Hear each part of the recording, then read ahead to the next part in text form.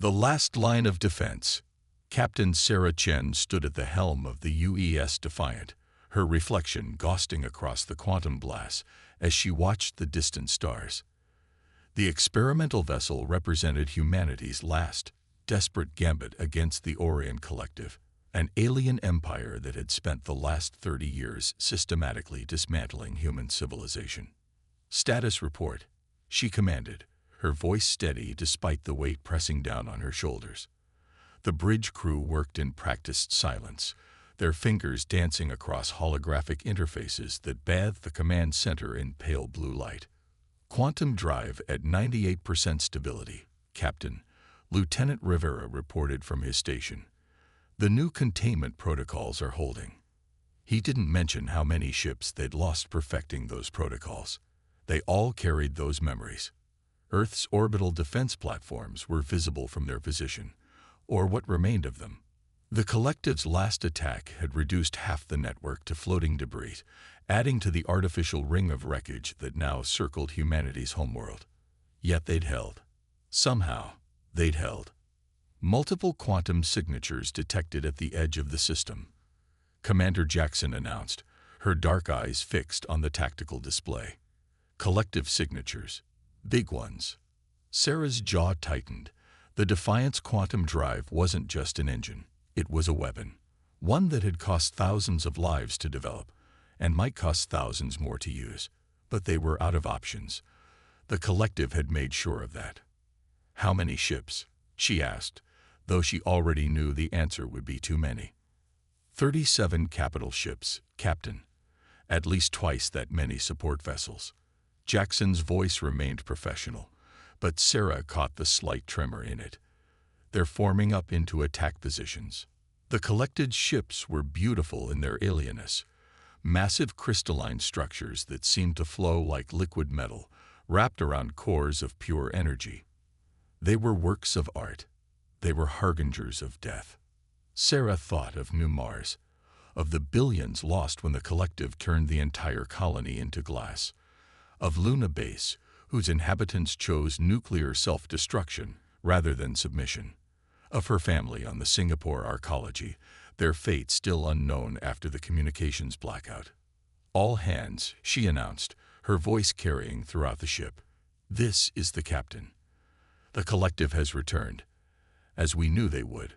They believe they've won. They believe humanity is finished."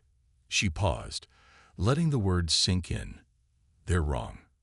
The bridge crew straightened in their seats. They'd all volunteered for this mission, knowing the possibilities, knowing the cost of failure. "Bring the quantum drive to full power," she ordered. "Alert the rest of the fleet. We've trained for this moment. We've bled for this moment." Her eyes fixed on the approaching armada. "Today we show them what humanity does when pushed to the edge." The Defiance quantum drive hummed to life, its vibrations resonating through the ship's superstructure. The technology was barely understood, a desperate fusion of stolen collective science and human innovation. It could tear their ship apart. It could tear reality apart. "Collective ships entering weapons range," Jackson reported. "They're charging primary weapons." "Let them come," Sarah said, her voice hard with determination. "Lieutenant Rivera, begin quantum field generation." "Commander Jackson, signal the fleet to move into formation Delta 6. She allowed herself a grim smile. Time to show them what happens when you corner a species that never learned how to surrender. The void between the ships began to distort as the quantum drive reached critical levels. The collective vessels, sensing something amiss, began to alter their approach. But Sarah knew it was too late. The trap was set. "They're broadcasting," Captain Rivera announced. They're offering terms of surrender. For us."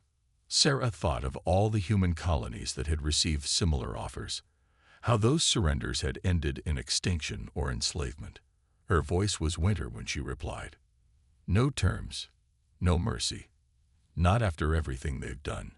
She straightened in her command chair, quantum field at maximum, all ships in position. Her eyes met each member of her bridge crew in turn, seeing in them the same steel that had kept humanity fighting against impossible odds. "Fire." The quantum field erupted, reality itself seeming to scream as space twisted between the fleets. The Defiance shuddered, circuits overloading as power surged through systems never meant to contain such forces. But they held. They held. The first collective ship caught in the field simply ceased to exist, its atomic structure torn apart by fundamental forces gone haywire. The second tried to retreat, its crystalline surface cracking as quantum shear forces pulled it in 1,000 directions at once. The third. Sarah watched it all with grim satisfaction. The collective had thought humans were simply clever animals to be conquered or culled. They were about to learn just how wrong they'd been. This was only the beginning. The battle for Earth's survival had entered its final phase, and humanity was done playing defense. The turning point. Dr. Marcus Patel's hands trembled as he reviewed the quantum field readings from the Defiant's first engagement. After 15 years of theoretical work, countless failed experiments, and too many lives lost, they finally had combat data. The holographic display filled his underground laboratory with a dance of numbers and waveforms that would have been meaningless to most. But to him, they sang the song of victory. "It worked better than we predicted," he muttered, his voice rough from too many sleepless nights. "The field propagation was nearly twice what our models suggested."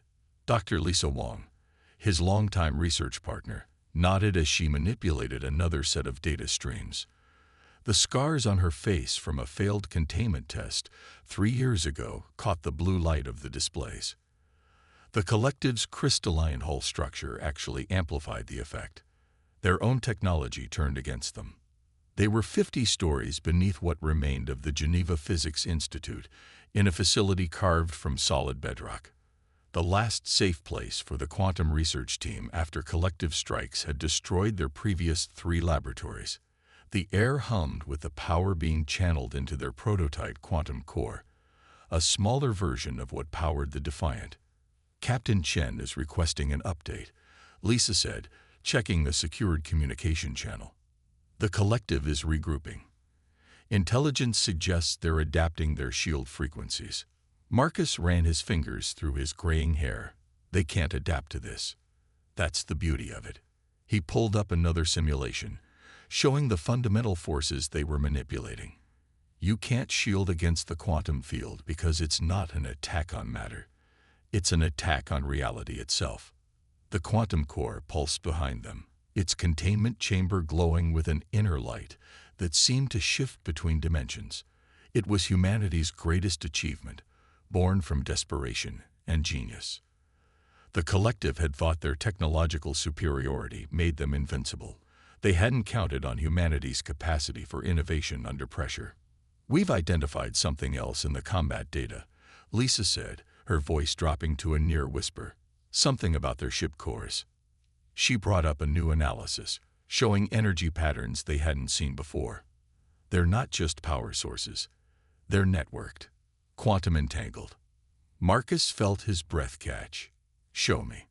The data expanded, revealing patterns within patterns. The collective ships didn't just communicate. They were linked at a fundamental level, sharing energy and information through quantum entanglement. It was brilliant. It was their weakness. "If we can disrupt one core," he said, his mind racing ahead, "the cascade effect through their network would be devastating." Lisa finished. "But we'd need to modify the quantum field generators, increase their precision while maintaining power output." She gestured at their prototype. "We'd be pushing the technology beyond its theoretical limits." Marcus smiled for the first time in what felt like years. That's what they said about the quantum drive itself. When has humanity ever let theoretical limits stop us? The laboratory burst into activity as they began their modifications. Other scientists and engineers joined them, each bringing their expertise to bear on the problem. They had hours, maybe days, before the collective launched their counterattack. Time had always been their enemy, but humanity had learned to turn even that to their advantage. "Send word to Captain Chen," Marcus ordered as he calibrated new quantum field parameters. "Tell her to hold position. We're about to give her something better than a weapon. We're about to give her a kill switch for their entire fleet." Hours blurred together as they worked. Coffee cups piled up. Equations filled every available surface. The quantum core's hum changed pitch as they pushed it to new configurations, each test bringing them closer to their goal. They'd lost so much to the collective, their homes, their families, their world, but they hadn't lost their minds, their will, their humanity. Final simulation complete, Lisa announced, her voice hoarse but triumphant. Field modification is stable. The targeting algorithm can isolate their core frequencies. Marcus studied the results, checking and double-checking their work.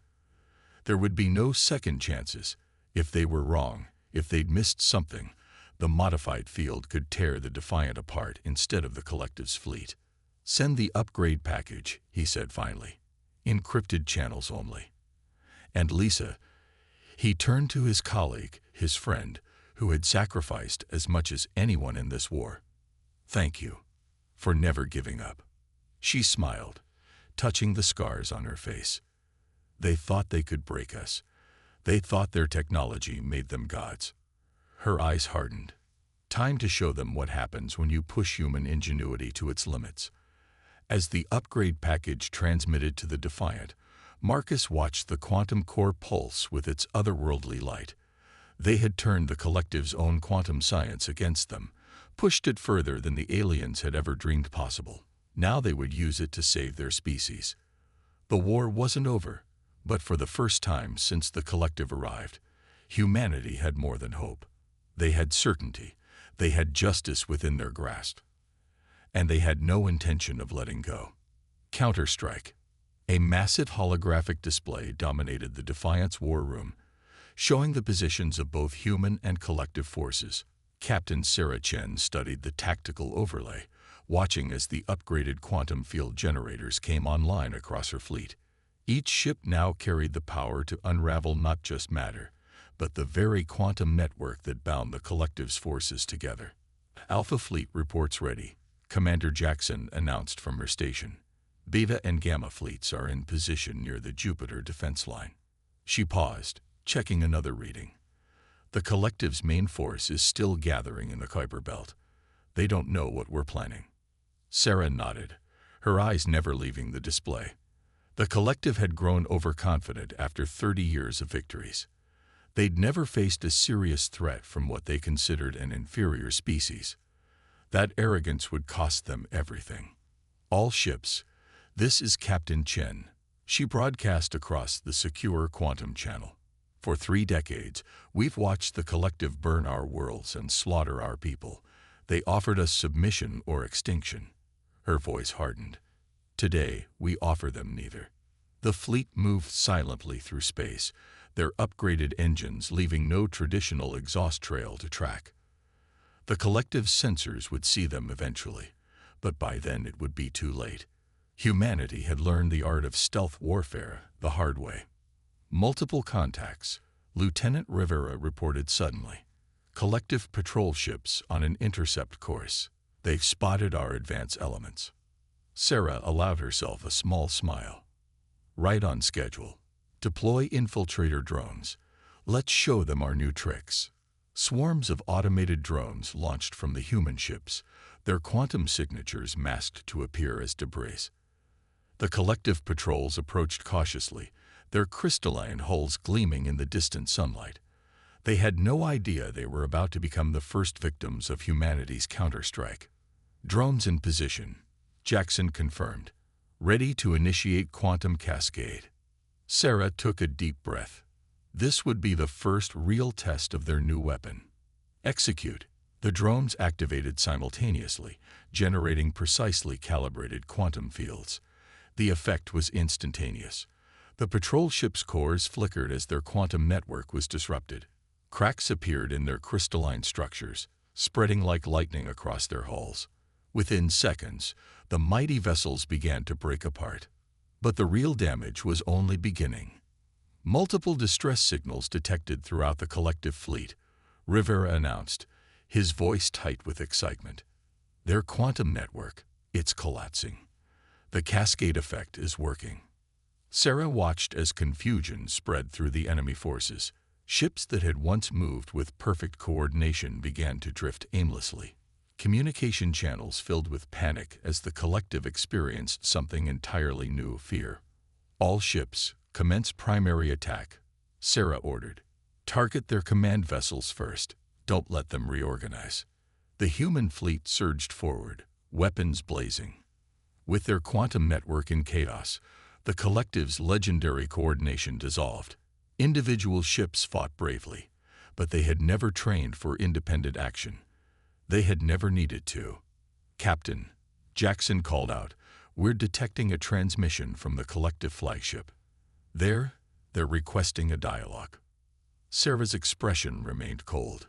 "Put it through." A holographic figure materialized in the war room, a collective high commander, its crystalline form pulsing with agitation. "This attack is unprecedented," it declared, its translated voice carrying traces of disbelief. "You have violated the natural order. We demand an immediate cessation of hostilities." Natural order. Sarah's laugh was without humor. "You mean your perceived superiority, your right to destroy anyone who doesn't submit." She stepped closer to the hologram. "You should have studied Earth's history better. Humans have a long tradition of overthrowing empires that thought they were invincible."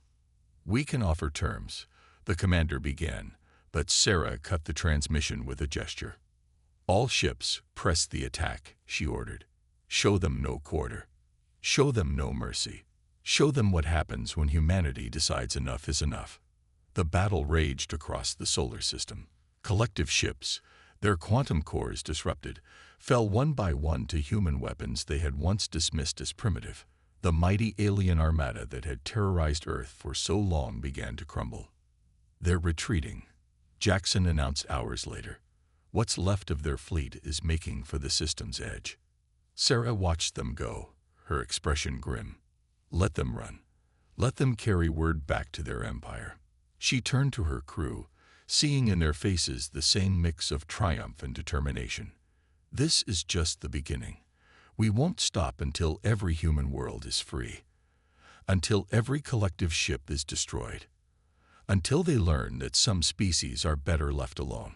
The Defiance quantum core hummed with power as they prepared to pursue the fleeing enemy. Humanity had endured decades of defeat and despair. Now it was time for revenge. Time for justice. The counter-strike had begun, and it would not end until the collective understood exactly what they had awakened in the depths of space. Breaking the chain. The collective's capital world of Christos shimmered like a jewel in the void, its crystalline spires reaching toward the stars.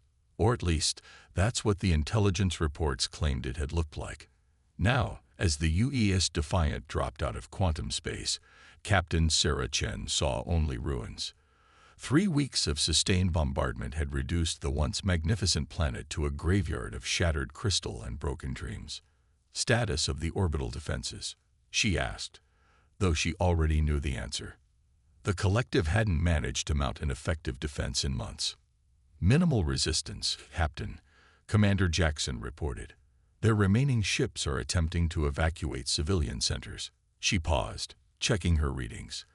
"They're broadcasting surrender signals on all frequencies." Sarah watched the desperate exodus through the ship's quantum sensors.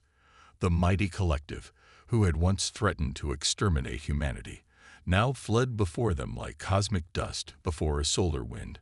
It should have felt like triumph. Instead, she felt only a cold certainty that this was necessary. Dr. Patel's latest updates are ready for implementation, Lieutenant Rivera announced from his station. The new quantum field modifications should prevent them from establishing any new networks. The science team back on Earth had been busy, refining their weapon with each engagement. The collective's attempts to adapt had proven futile. Every defense they developed was countered before it could be fully deployed. Humanity had learned from 30 years of defeats, and they weren't about to give their enemy time to recover. "Multiple diplomatic channels are requesting audience," Jackson said. "The collective's High Council itself is asking for negotiations." Sarah's expression remained unchanged. "The same High Council that ordered the glassing of new Mars. That approved the use of biological weapons on our colonies. She shook her head. No negotiations. Prepare the quantum cascade. The Defiance core hummed to life, its power rippling through space-time itself. Around the ship, the rest of the human fleet moved into attack formation. They had become extraordinarily efficient at this type of operation over the past months. Captain, Jackson's voice held a note of concern. We're detecting unusual energy readings from the surface. They appear to be powering up some kind of ancient installation. Sarah's eyes narrowed. Analysis. It's like nothing we've seen before.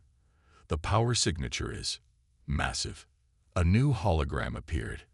A collective elder, its crystalline form more elaborate than any they'd encountered before.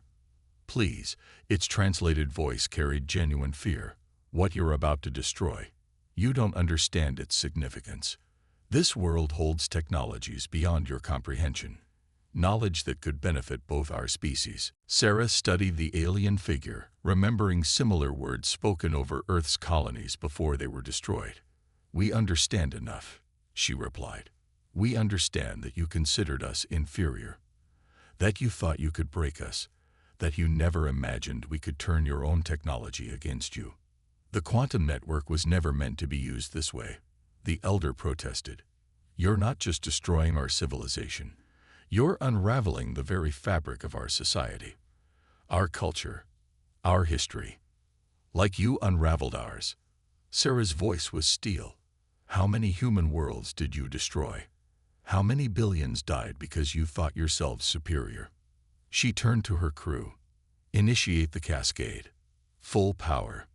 The quantum field expanded, enveloping the planet. Crystalline structures began to shatter, their atomic bonds disrupted by forces they were never meant to withstand.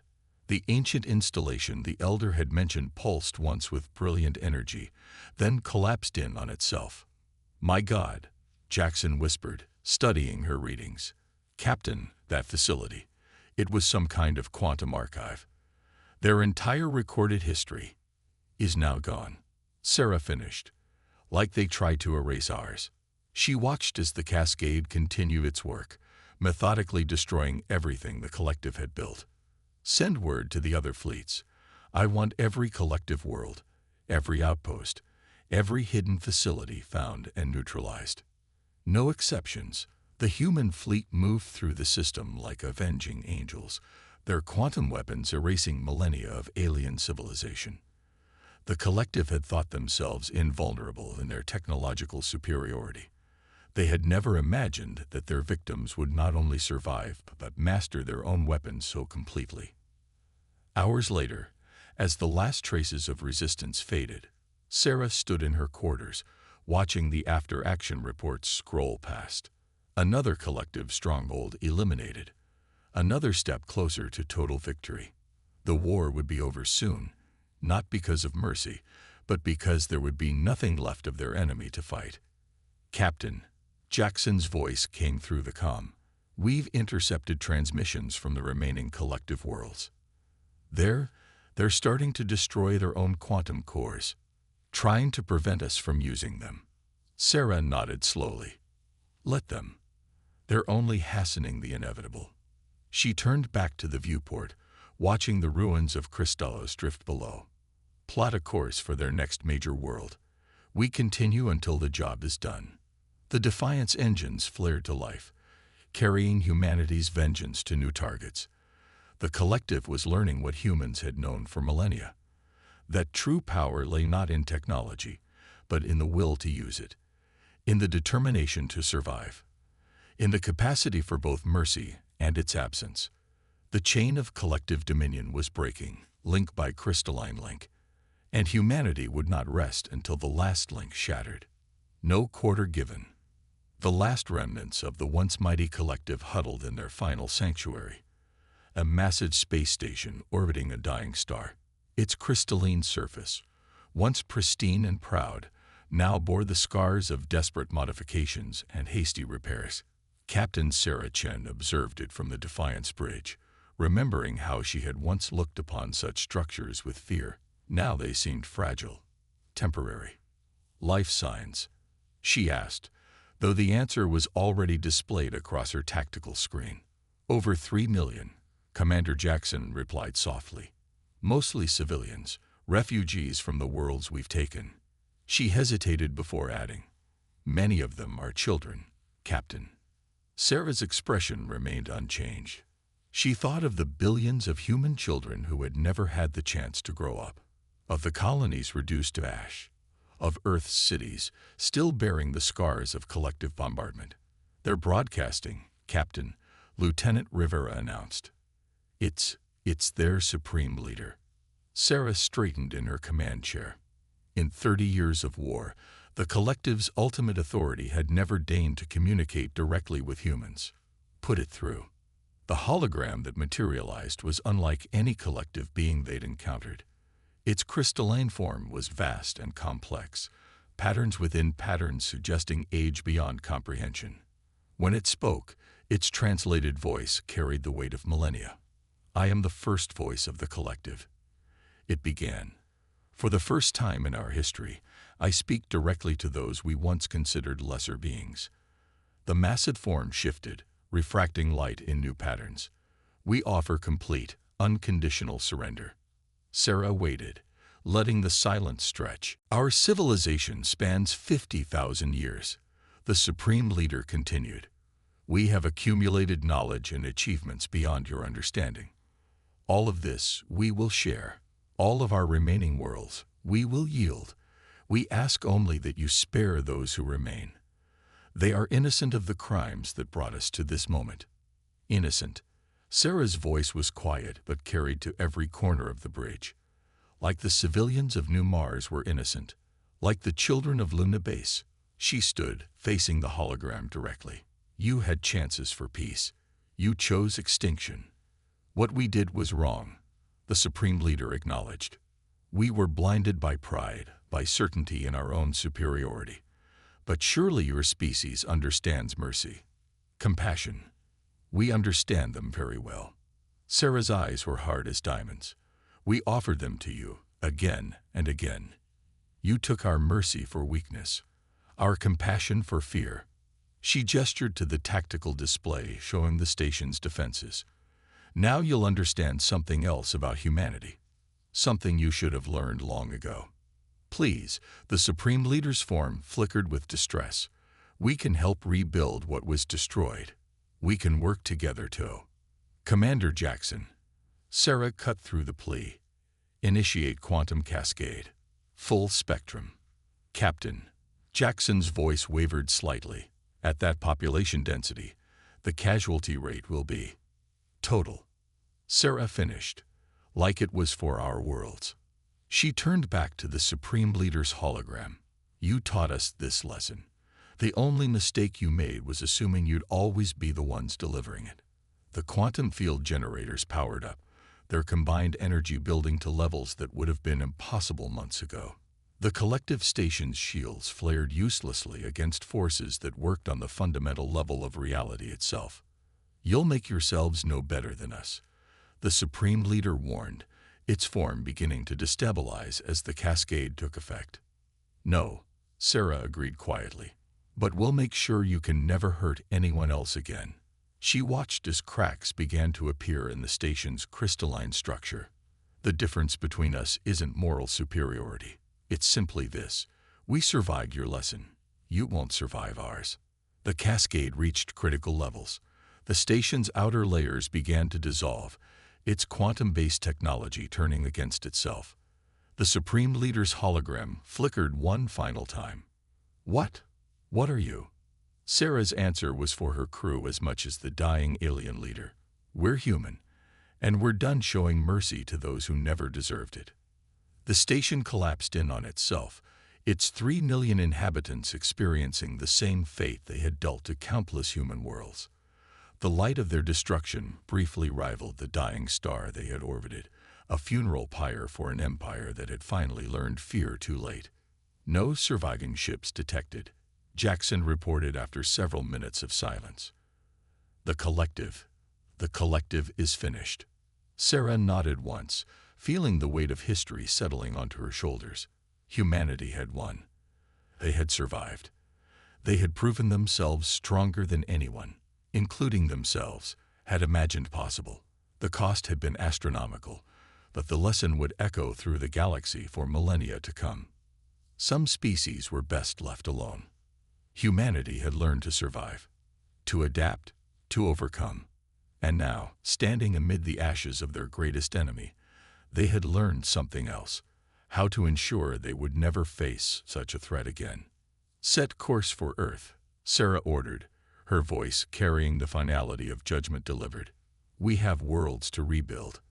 The Defiant turned away from the spreading debris field, its quantum drive humming with power that the collective had never imagined humans could master. They had sought to break humanity.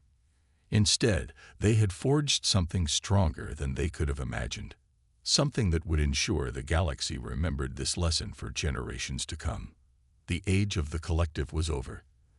The age of humanity had begun.